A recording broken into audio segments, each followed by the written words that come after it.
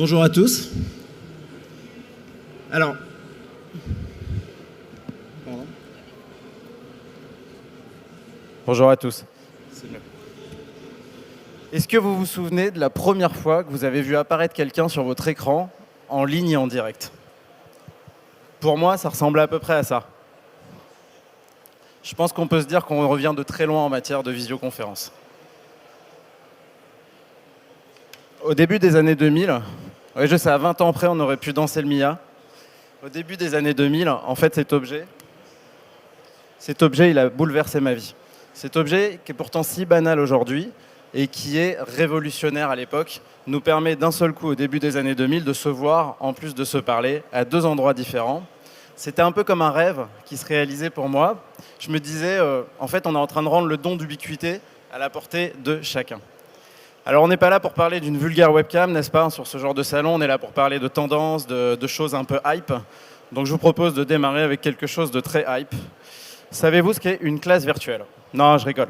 On ne va pas vous faire l'affront de vous demander ce qu'est une classe virtuelle. On sait tous qu'une classe virtuelle, c'est du synchrone, à plusieurs et en ligne. Et pourtant, si on avait commencé cette conférence il y a 2 ans avec cette question, je pense que ça aurait choqué personne. C'est vous dire le chemin quand même qu'on a parcouru. Il y a 2 ans, on commençait ce genre de conférence avec cette question-là. Aujourd'hui, les webcams, les conversations instantanées, les levées de main, les fonds virtuels, ce sont des choses qu'on utilise dans notre quotidien. Et donc, ça ne nous choque plus. Et c'est d'ailleurs des choses qu'on utilise très bien. On est passé, en fait, on a dépassé des défis majeurs, je trouve, en matière de classe virtuelle. Et puis surtout, on a dépassé, je trouve, des étapes, des pas de géant en matière de classe virtuelle. On pourrait presque se dire, au final, que tout a été fait en matière de classe virtuelle. Moi, je trouverais ça un petit peu triste et j'espère que vous serez convaincus et que vous partagerez cet avis avec nous à la fin de cette présentation. Parce que la classe virtuelle, voilà comment je la vois.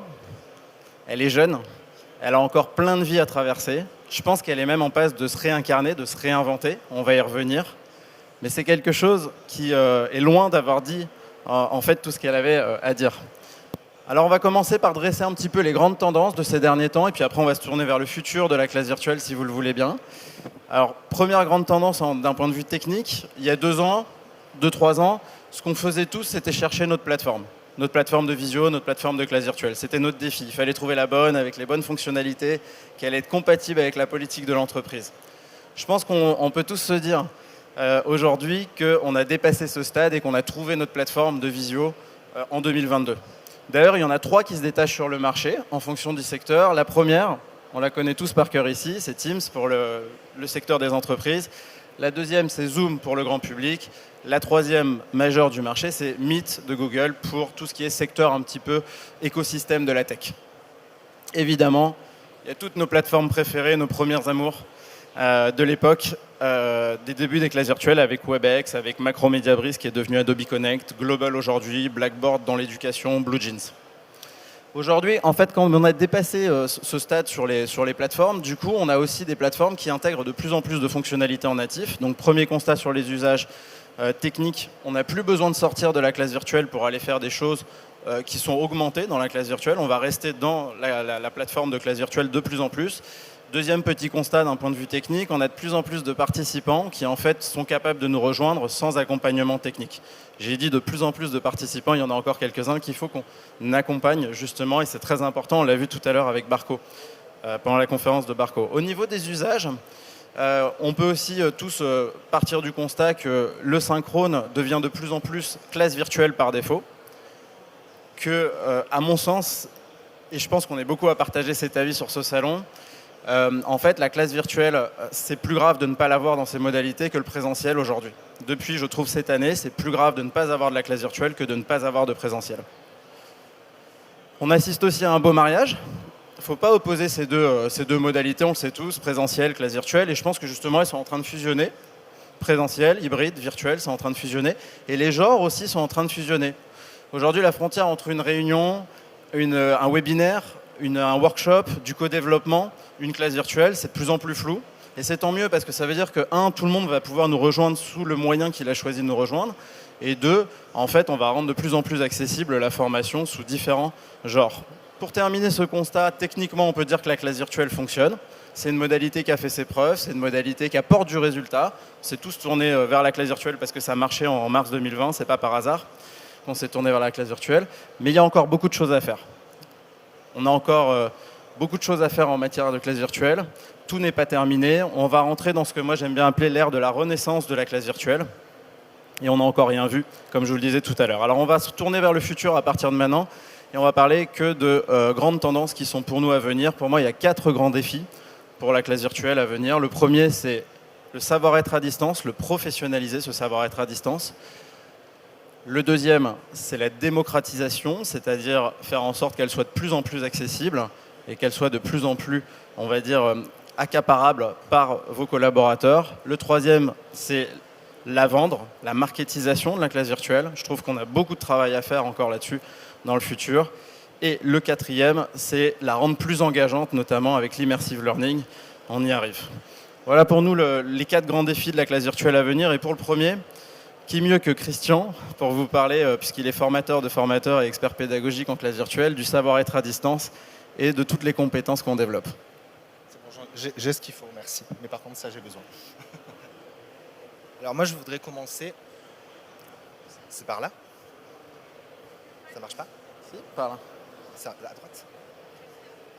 Oui, c'est... Ici? Oui, non, mais je parlais doucement parce que je ne voulais pas qu'on entende ce que je dis. Moi, je voudrais commencer par vous parler d'un chiffre. C'est une statistique qui a été éditée cette année par Microsoft.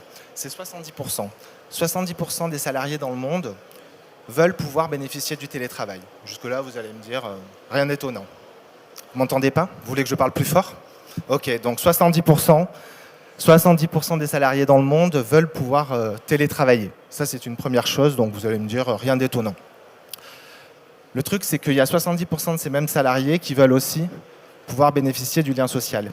Et là, on est face à un premier défi. La première chose que l'on peut constater aujourd'hui, c'est que la notion de temps est en train de disparaître. La journée classique, 9h-18h, c'est plus du tout quelque chose qui est recherché, notamment par les jeunes générations, mais pas que. Le deuxième constat qu'on peut faire, c'est que la notion de lieu, elle aussi, est en train de disparaître. Grâce à toutes ces nouvelles technologies, on peut travailler certes de l'entreprise, mais pas que. On peut travailler de la maison, on peut travailler dans un café, on peut travailler n'importe où, sur son lieu de vacances, etc. Hop, c'est ici. Là, derrière moi, il y a plein de classes virtuelles. Et il y en a eu des sympas, vraiment très très sympas, où on a pu vraiment passer du bon temps. Tu es là, Sophie? Voilà. Donc, super classe virtuelle. Et puis, il y en a eu des plus banales, et moins sympas. Et je ne sais pas si... je pense qu'il y a des formateurs ici qui font de la classe virtuelle. Il y a un truc, moi, qui est pour moi le plus difficile à vivre. C'est celle-là, là-haut. La noire. Ça nous est tous arrivé, d'avoir la caméra toute noire. Eh bien, ça, en fait, c'est par rapport à la posture. Il va falloir réussir à trouver et à permettre aux formateurs de... Comment vous expliquer ça? Tout simplement avoir cette nouvelle posture de formateur à distance. Et c'est quelque chose qui est complètement différent de la posture qu'on pouvait avoir en présentiel. Ce qui est compliqué, et je l'ai vécu, puisque j'étais moi-même formateur en présentiel, c'est que quand on a mis tant d'années à essayer de devenir le meilleur formateur en présentiel et qu'on nous dit qu'en distanciel, ça change et qu'il va falloir acquérir de nouvelles compétences, c'est compliqué. C'est assez compliqué à vivre. Alors on y arrive, n'est-ce pas, Sophie? Mais voilà, c'est toujours compliqué de se dire, voilà, j'étais au top de mon métier, puis en fait, il va falloir que je réapprenne plein de compétences parce que finalement, la modalité virtuelle, elle me demande d'autres choses. Et fort de notre expérience chez My Virtual Classroom, on a établi un référentiel de compétences qui est composé de 5 grandes familles. Et ces 5 grandes familles, elles sont composées de 50 compétences et jusqu'à 270 critères. Donc on peut vraiment dire que le métier d'animateur à distance, ce n'est pas tout à fait le même que le métier d'animateur en présentiel. Voilà ce qu'on demande aujourd'hui aux formateurs, d'être un véritable couteau suisse. Puisque les 5 grands domaines de compétences qu'on vient juste de voir avant, on lui demande de pouvoir les mettre en pratique. L'animation, la conception, la gestion de tout l'aspect administratif, mettre en place le lien entre les collaborateurs. Ça fait beaucoup, non? Je ne sais pas ce que vous en pensez, mais moi je trouve que ça fait beaucoup. Beaucoup de choses sur le dos des formateurs. Et la bonne nouvelle, en fait, c'est qu'on va pouvoir simplifier un petit peu son travail. On va pouvoir un petit peu simplifier son travail en automatisant toutes les tâches qui ne sont pas à forte valeur ajoutée, voire à pas du tout de valeur ajoutée. Honnêtement, remplir des feuilles de présence, envoyer des mails d'inscription, tout ça, ça peut se faire par l'intelligence artificielle. Voire toute autre technologie. Autre point que j'aimerais partager avec vous, et je pense que tout le monde sera d'accord pour dire ça, c'est que dans toutes les entreprises, tout collaborateur, et je ne parle pas que des formateurs, tout collaborateur a des compétences. Et tout collaborateur est capable de transmettre ses compétences. On parle de tutorat, on parle de parrainage, on parle de plein de choses comme ça. Et en fait, il va falloir aider ces formateurs de métier ou pas à transmettre leurs compétences. Donc j'aime bien la phrase « tous différents, mais tous formateurs ».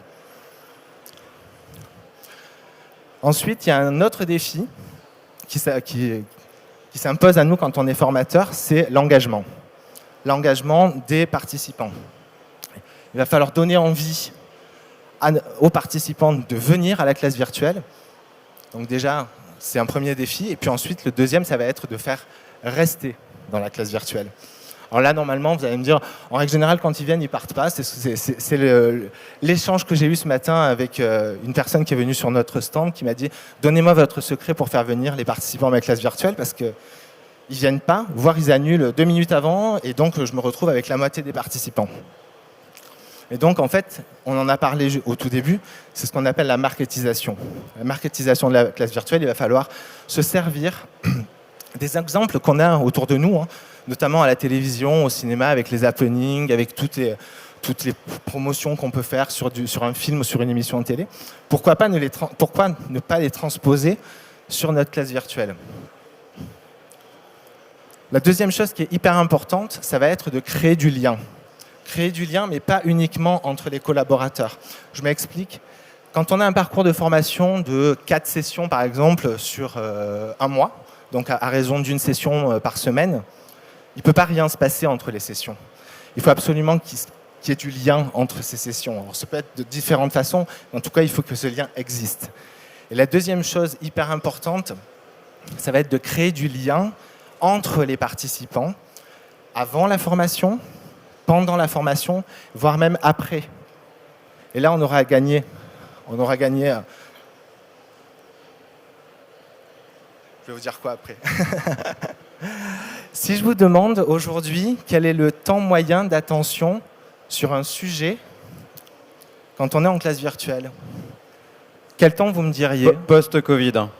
Ouais, depuis la pandémie. 5 minutes? 3 minutes? 2 minutes? 10 minutes? Vous allez être surpris. On ne parle pas de minutes, on parle de secondes. 3 secondes. C'est hallucinant. On est sur un sujet. Au bout de 3 secondes, il y en a au moins un qui va prendre son téléphone pour regarder quelque chose, qui va regarder son collègue. 3 secondes. Donc la bataille de l'attention, elle est hyper importante. Et quand on est formateur en ligne, c'est hyper important de capter l'attention et de la garder. Et en fait, on a tendance à dire que dès que la formation a commencé, c'est trop tard. On a déjà perdu cette bataille de l'attention si on ne s'en est pas occupé avant la classe virtuelle. Par le faire venir justement avec la marketisation, avec les landing pages, avec qui va animer, quel est son cursus, avec qui je vais être en classe virtuelle, qu'est-ce que je vais apprendre, what's in it for me, la fameuse question. Et justement, en parlant de bataille de l'attention, j'ai une petite devinette pour vous à propos de cet enjeu de la bataille de l'attention. D'après vous, quelle est la technologie disruptive qui revient tous les 4-5 ans sur notre secteur et sur ce salon aussi et qui repart aussi vite sans avoir été à la hauteur de ses espoirs? Elle est très présente sur l'édition de cette année. Quelqu'un a une idée? Personne? C'est la réalité virtuelle. La réalité virtuelle, elle est très hype, elle est très tendance en ce moment. Donc c'est évidemment une technologie qui revient depuis 20 ans, tous les 4-5 ans, avec des promesses énormes, et puis elle repart, et puis elle revient 4-5 ans après. Cette fois-ci, elle est assez maligne, elle est revenue comme Zorro, elle est revenue masquée, et elle n'a pas signé d'un Z, elle a signé d'un M comme Metaverse. Merci monsieur. Eh bien, ce fameux Metaverse, figurez-vous qu'il a un lien, je pense, étroit avec le futur de la classe virtuelle, parce que cette fois-ci, ça rigole pas. Il y a quand même énormément de choses profondes, une lame de fond sociétale qui explique qu'à mon sens, ça va marcher. Je vous explique pourquoi, à mon sens. Mais d'abord, j'ai un petit sondage, pareil, on va vous faire un peu participer quand même, mais j'ai un petit sondage. Qui pense, il y a 3 équipes, en gros, il y a 3 opinions sur le Metaverse. Qui pense que le Metaverse, c'est de la science-fiction ? Ça n'existe pas et ça n'existera peut-être jamais. Je vous laisse lever la main si vous partagez cette opinion. Super, on va le voir après. Merci. Il n'y a personne qui est dans cette équipe. Deuxième équipe, qui pense que le métaverse, c'est juste un nouveau nom qu'on a donné à des choses qui existaient déjà pour faire le buzz? Ah, il y a un petit peu plus de mains qui se lèvent. Ok. Troisième équipe, qui pense que loin d'être du buzz, ça va être une révolution et que ça va tout casser? Ah, il y en a beaucoup sur la droite là. Ah, quand même. Ouais, il y a quand même pas mal de monde. Bon, on a le droit de vraiment avoir un des 3 avis. De toutes les manières, c'est totalement légitime. Ce qui est certain, c'est que ce sujet, il nous divise. Il nous divise parce qu'il nous fait peur, ou il nous fascine, ou voire il nous fait rire. Je ne sais pas si vous avez entendu, mais il y a une private joke dans le secteur en ce moment qui dit « Christian, on est bien d'accord, le métaverse va tout régler en matière de digital learning. » Évidemment.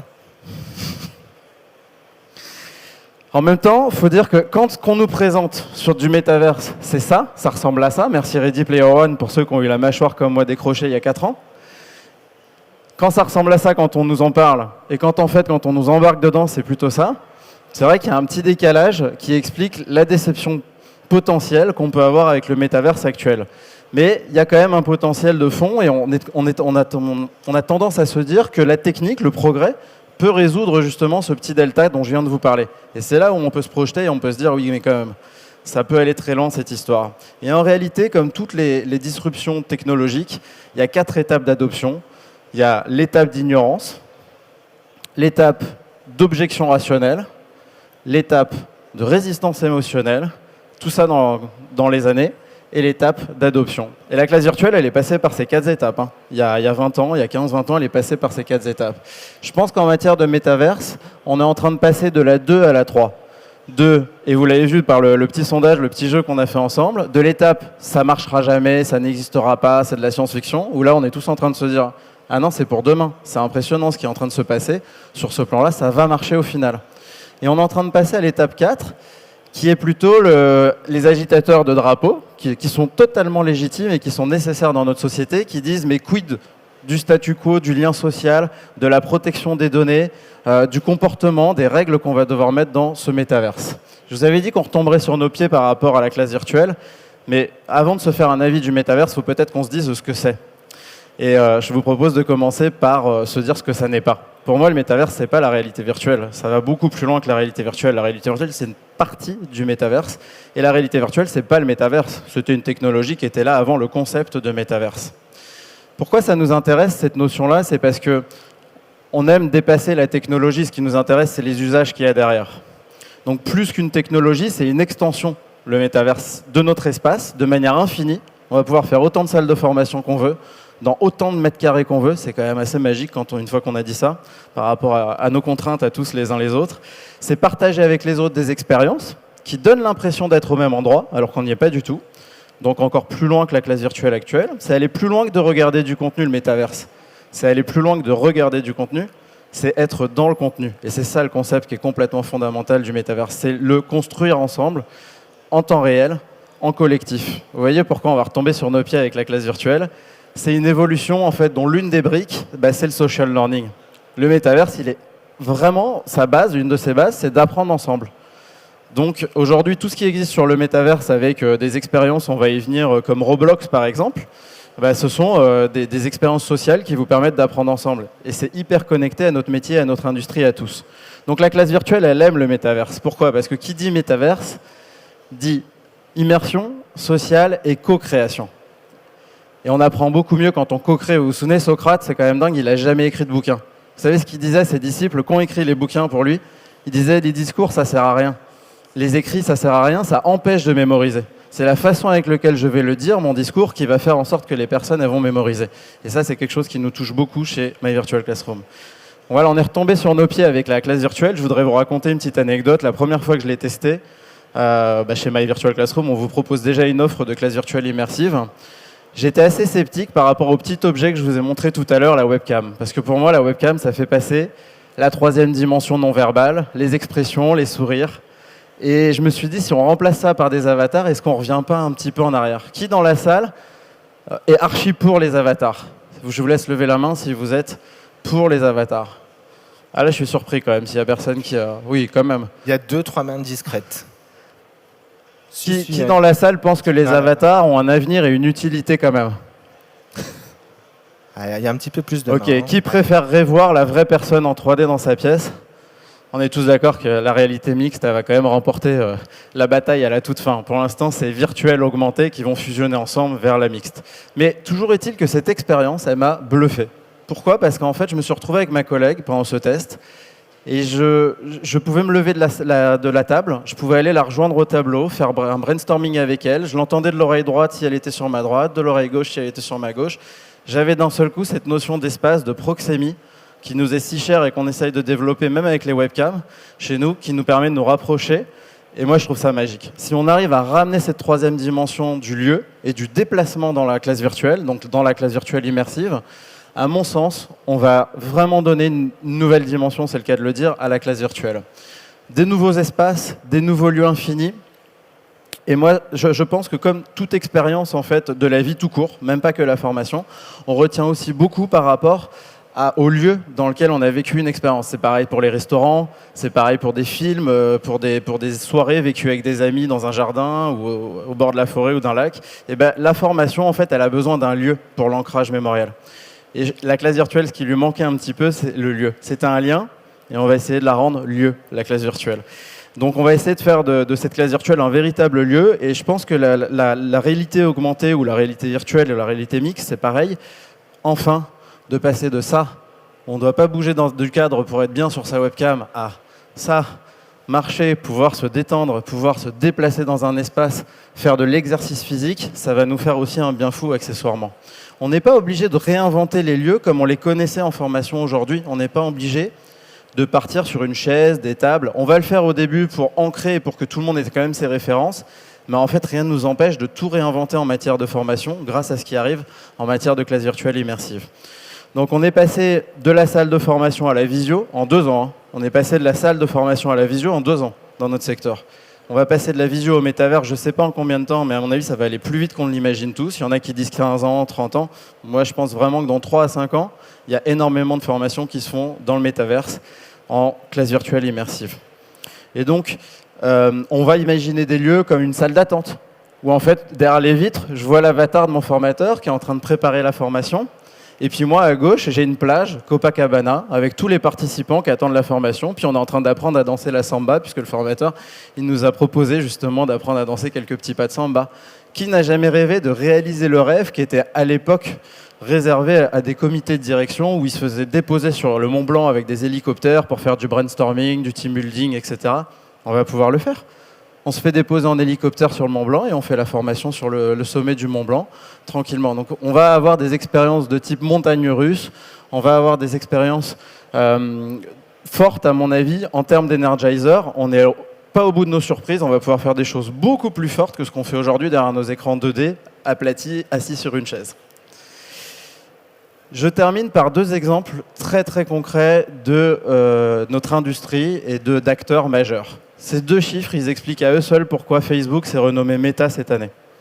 Ils auraient pu aller jusqu'au bout, d'ailleurs, pour l'anecdote, ils auraient pu faire Metaverse. Ça aurait été, je pense, encore plus simple. 80%, c'est 80% des jeunes de moins de 13 ans aux États-Unis qui ont un compte sur Roblox. Ils ont totalement déserté Facebook. Ils ont totalement déserté Instagram. Nos enfants, là, nos jeunes générations, ils sont sur Roblox, qui est un réseau social de communauté pour échanger, mais aussi pour apprendre et pour construire en temps réel ensemble. Et ça, c'est la prochaine génération qui arrive dans nos entreprises. Elle sera née avec cette 2e langue, la langue du métaverse. Et je mets une petite pièce sur le fait que dans quelques années, peut-être que toute entreprise qui se respecte aura un Chief Metaverse Officer qui fera en sorte que l'entreprise ait une représentation, un jumeau numérique dans le métaverse et brille, justement. Donc s'il y a des candidats là, de CMO nouvelle génération, n'hésitez pas. autre acteur majeur du secteur, évidemment, qui aurait pensé que Microsoft allait faire une razzia sur la visioconférence en 2-3 ans? Il fallait quand même prendre le pari de dire Microsoft va remporter le marché de la visio pour les entreprises en 2-3 ans, pas plus. Ils sont arrivés avec Teams. Aujourd'hui, Teams, dans 2-3 mois, vous avez la possibilité de rentrer dans les classes virtuelles avec un avatar à la place de votre webcam. Votre webcam, en bougeant, va faire bouger votre avatar. Que vous ayez mal dormi, que vous ne soyez pas maquillé, que vous ne soyez pas en capacité d'avoir envie de vous présenter dans la classe virtuelle, vous pourrez rentrer. Votre avatar sourira quand vous sourirez. Il clignera de l'œil quand vous clignerez de l'œil. Et je pense que ça va permettre justement de décharger un petit peu la charge cognitive, la charge mentale, tout ce qu'on appelle toxicité positive. Vous savez, on est tous dans les entreprises à se dire « mais je vais super bien, je vais vraiment super bien aujourd'hui ». Alors qu'en fait, on n'en peut plus d'allumer cette webcam et d'essayer de la regarder sur l'écran et de paraître bien. Avec Teams, ils vont vers les avatars. En étant pionniers sur HoloLens et la réalité augmentée, je ne sais pas si vous voyez ce qu'ils sont en train de faire, mais ils étaient sur la réalité augmentée, ils sont en train d'aller avec Samsung vers la réalité virtuelle. De la réalité virtuelle, ils vont aller créer le métaverse. Un tout petit exemple un indice sur cette tendance que je pense vraiment réelle. Je pense qu'ils vont créer le métaverse des entreprises. Ils ont racheté Blizzard, 68 milliards. Blizzard, c'est l'éditeur de Call of Duty, de World of Warcraft, de Diablo. C'est des gens qui font des univers 3D de manière assez performante, bluffante comme dans Ready Player One. Je pense qu'ils vont nous proposer de créer nos entreprises en 3D et nos salles de formation en 3D. Donc en conclusion, quel chemin parcouru depuis ce petit objet que je vous montrais tout à l'heure, qui a bouleversé nos vies et qui nous a tant servi depuis 2020 à recréer du lien social. J'ai envie de vous dire que je pense que le prochain objet qui va bouleverser nos vies, et d'ailleurs on va s'en moquer, dans 10 ans on va se dire mais qu'est-ce qu'on mettait ça sur la tête? On dirait un Nokia 3310 de l'époque. Ça va être des lentilles, on est tous d'accord à la fin de contact. Il ne faut pas s'inquiéter sur le look que ça nous donne chez nous, on dirait un scaphandrier. Quand on est dans notre salon en train de porter ça. Et ça va bouleverser nos vies. Et je pense qu'il va encore plus la changer, ce matériel, que j'espère que je ne viens pas de casser.